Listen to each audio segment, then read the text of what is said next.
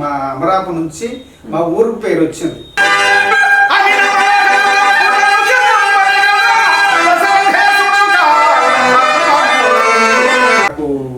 వెండి కిరీటము బహుమానం చేశారు. మధ్యప్రదేశ్ వెళ్ళాం, ఆయన డబ్బులు కావాలి. పశ్చిమ బెంగాల్ వెళ్ళాం. బియ్య దొర మాస్టర్ అని ఒక అతను, తెలుగు మాస్టర్ అతను ఉన్నారు. పెనుబాక రాంబాబు ఉన్నారు. వడ్డీ కోడిసి తెచ్చేసి ఉదయం 9 గంటలకి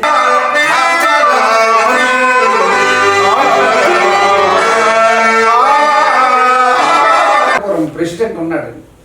ఏజ్ పెరిగిపోయింది, 60, 70 ఈ రేంజ్ లో ఆడవాళ్ళు ఏం క్రికెట్ అవుతుంటే వాళ్ళ శరీరంలో శక్తి ఉండదు.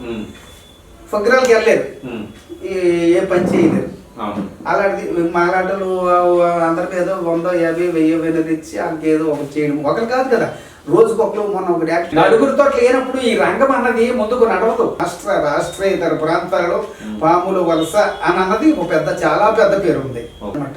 అది ఇప్పుడు భోజనాలకి కూడా ఇంటికి తీసుకెళ్ళిపోతారు. మనకి అసలు నాటకాలు పెడితే 24 సంవత్సరాలుగా హార్మోస్ట్గా ఉన్నా బుర్రకథలు అసలు భరించలేకున్నాను. జీవనోపాధికి కూడా వాళ్ళకి ఇది 28 కిలోమీటర్లు నడిచి వెళ్ళాను ఆయన దగ్గర నేర్చుకోవడానికి.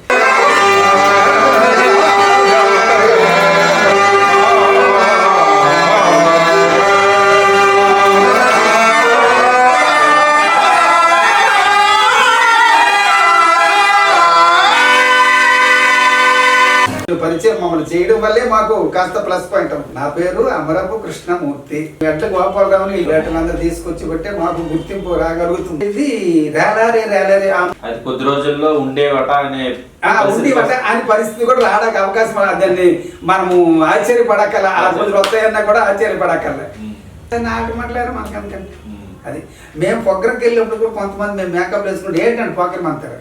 ఆ పొగ్గరం ఉండాలి. అయ్యో గుంటలు అడుగుతారు. అలా డబ్బులు ఏంటంటే హరిశ్చంద్ర బుర్రకథ అంటారు. బుర్రకథ అంటామా అంటే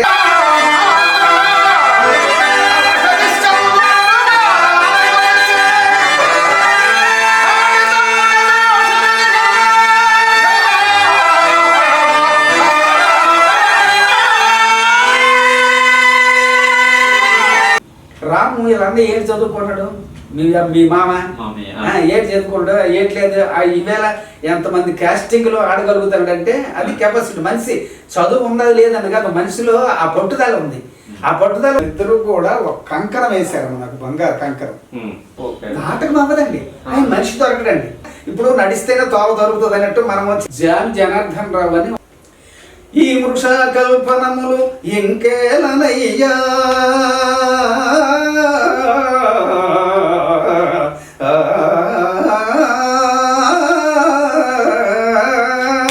రామచంద్రునితో కార్యంబుదీరే అమిత భుజబల దూర్వకుడైతి వంశు ప్రభునితో యుద్ధమునరింపవచ్చితి ఔరా. నాటకం పెడతారు, కింద ప్రేక్షకులు కింద కూకుండే సంస్కృతి పోయింది కదండి. వాళ్ళకు కుర్చీలు కానీ వేయగలిగితే జనాలు ఉంటారు, వస్తారు. జనాలు కంపల్సరీ వస్తారు. మనం ఎప్పుడైతే కింద పాత రోజుల్లో మా తండ్రులు వాళ్ళు కూకుంటుంది, మా వరకు కొంతవరకు కింద కూర్చుండిపోయే రోజులు మాకు ఉన్నాయి. ఇప్పుడు అది లేదు. కుర్చీలు వేస్తే కూర్చోగలుగుతారు. ఇప్పుడు ఎక్కడైనా ప్రోగ్రామ్ అయితే కుర్చీ లేకపోతే ఏంటో నిలబడతారు, చూస్తారు. ఈ ముడుకులు పీకింతారు, వెళ్ళిపోతారు. నాటకం చూడాలని అభిలాషాలు.